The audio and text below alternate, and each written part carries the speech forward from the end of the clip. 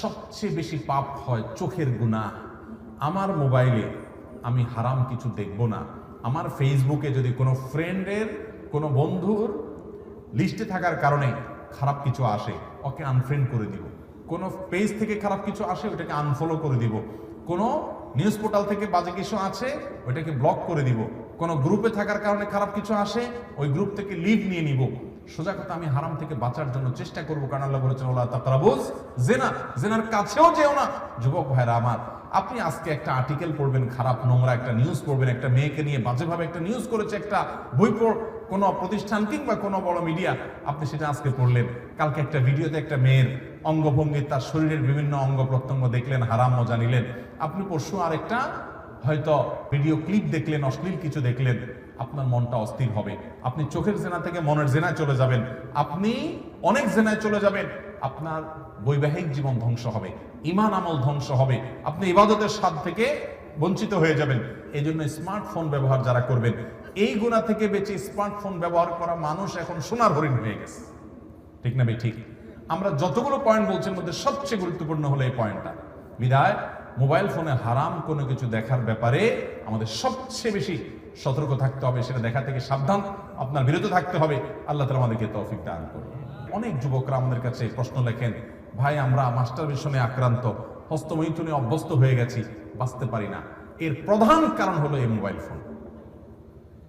আমি বলি যে আপনি মোবাইল ফোনটাকে, স্মার্টফোনটাকে চেঞ্জ করে ফেলেন, একটা বাটন ফোনে চলে যান। 6 মাস আপনি নিজের বিরুদ্ধে নিজে সংগ্রাম করেন, ইনশাআল্লাহ দেখবেন আপনার এই বদভ্যাস এমনি কি হয়ে গেছে, দূর হয়ে গেছে। ভাইরা আমার, আল্লাহ তাআলা আমাদের এই যৌবন সম্পর্কে, সময় সম্পর্কে জিজ্ঞাসাবাদ করবেন। এগুলো বিশ্বাস করেন, আপনার দুনিয়ারও কোনো কাজে আসবে না, দুনিয়ারও কোনো কাজে আসবে না, আখিরাতের কোনো কাজে তো আসবেই না। আপনি বলবেন আমি ইনফরমেশন জানতে চাই, আমি তথ্য সম্পর্কে সচেতন হতে চাই। যেই তথ্য আপনার জানা জরুরি, ওইটা আপনি স্ক্রল না করলেও জানবেন, আপনাকে কেউ না কেউ বলবে। অতএব তার জন্য মূল্যবান সময় নষ্ট করা যাবে। আমরা গেমস খেলে নষ্ট করি। ভাইরা আমার, এই গেমস খেলতে গিয়ে মিউজিক শুনতে হয়, চোখের জেনা করতে হয়, মোবাইলের প্রতি আসক্তি তৈরি হয়, নানা রকমের গুনাহ এবং নাজায়েজ কাজে লিপ্ত হতে হয়।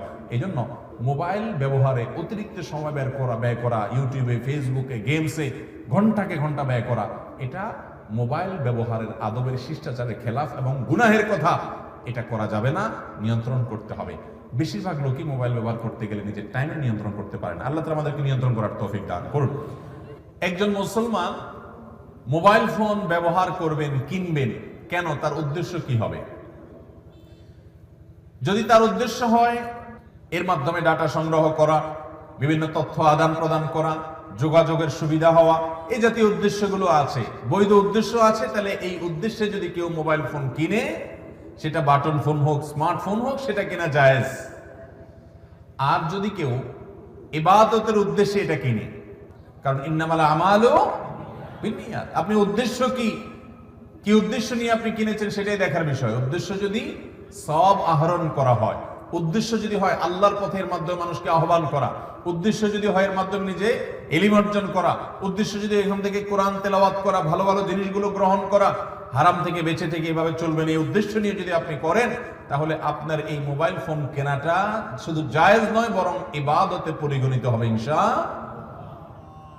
আর যদি উদ্দেশ্য হয় বাকাওয়াতি করা, অহংকার করা, যে আমার কাছে এই সেট আছে, আমার কাছে অমুক সেট আছে, এটা অন্য কারোর কাছে নাই, এইরকম অহংকার যদি উদ্দেশ্য থাকে, অহংকার করা যদি উদ্দেশ্য থাকে, যেমন অনেক যুবক ভাইদেরকে দেখবেন এমন ডিভাইস, এমন মোবাইল ফোন কিনছেন উনি, যে এটা হয়তো আশেপাশে কারোর কাছে নাই, মাত্র বের হয়েছে, তো এটা কেনার জন্য সে পাগল পড়া থাকে। অনেক প্রবাসী ভাই আছেন, দেশে আসার সময় এমন সেট কেনার চেষ্টা করেন যে এটা এলাকাতে আর কেউ নাই। উদ্দেশ্য যদি এরকম থাকে যে এটা নিয়ে যখন যাব সবাই বলবে দেখি, আরে এই সেট তো আগে দেখি নাই, ও তাই নাকি নতুন আসছে, তাহলে নিজের একটা ভাবসাব জাহির হবে, নিজেরকে একটু কিছু কি হনুরে মনে হবে। এরকম অন্য সবার থেকে নিজেকে পৃথক করার জন্য, আলাদা করার জন্য, বিশেষ ব্যক্তি এটা প্রমাণ করবার জন্য, অহংকার করার জন্য, দেখাবার জন্য যদি হয়, তাহলে সেই মোবাইল ফোন কিনলে গুনাহ হবে, নাজায়েজ হবে, এবং এটার কারণে সে আল্লাহর কাছে জবাবদিহিতার মুখোমুখি হতে পারে। কারণ অহংকার করা, গর্ব করা, অন্যদের কাছ থেকে নিজেকে আলাদা করে বিশেষ প্রমাণ করার চেষ্টা করা, এটা মুসলমানের স্বভাব হতে পারে। ভাইরা আমার, তাইলে মোবাইল ফোনের এটার কেনার সময় উদ্দেশ্যের উপরে ভিত্তি করে 3 ধরনের বিধান চলে আসলো। কখনো এটি কিনা জায়েজ, যখন আপনি বৈধ কাজ করার জন্য ব্যবসা বাণিজ্য, চাকরি বাকরি, পারিবারিক আলাপ সালাপ এগুলো করবেন, যোগাযোগ করবেন, ডাটা আদান প্রদান করবেন, আপনার নিছক জায়েজ এবং বৈধ উদ্দেশ্য আছে, তাহলে এটা কিনা আপনার জন্য জায়েজ, সওয়াবও নাই গুনাহও নাই। আর যদি এটা কিনে আপনি কোনো নেক কাজ করবেন সে উদ্দেশ্য থাকে, এটা দিয়ে কোনো ইবাদত বন্দেগী ভালো কাজ করবেন এই উদ্দেশ্য থাকে, তাহলে এটা কেনাটা জায়েজ, শুধু না এটা কেনাটা সওয়াবের কারণও হতে পারে।